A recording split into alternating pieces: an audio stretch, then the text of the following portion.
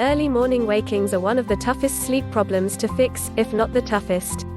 If you're wondering why, it's because after a decent night's rest your child has got more energy to fight sleep in the morning. And the truth is, all of us come up into lighter sleep phases in the last hour of our sleep, preparing to take up for the day. Remember, however, your child is waking early only if he is not getting the right amount of night rest for his age and his body.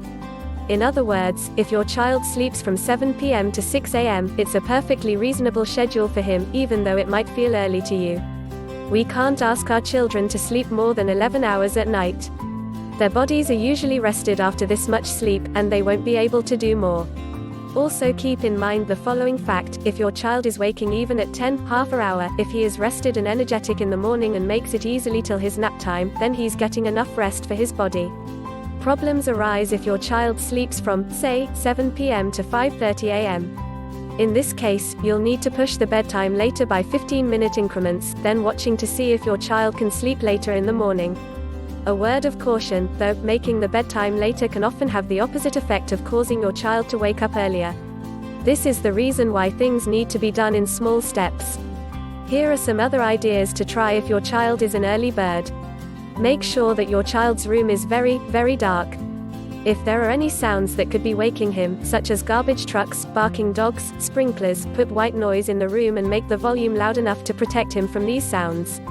Remove all stimulating toys from your child's crib or bed, which can be distracting once the sun enters his room. If you are checking in on your child within the last hour before his wake time, your interaction may prevent him from returning to sleep. Don't check on him if it's less than 1 hour till his wake time. Make sure the bedtime is not too late for your child's age. Adjust the bedtime earlier by 15-minute increments, and watch what happens in the morning. In doing so, you will allow your child to sleep later, as he is less overtired at bedtime. If he does wake earlier, return to your previous bedtime. If moving the bedtime earlier has no effect on the wake time, you may want to consider using the earlier bedtime anyway to help your child get the right amount of night sleep for his age.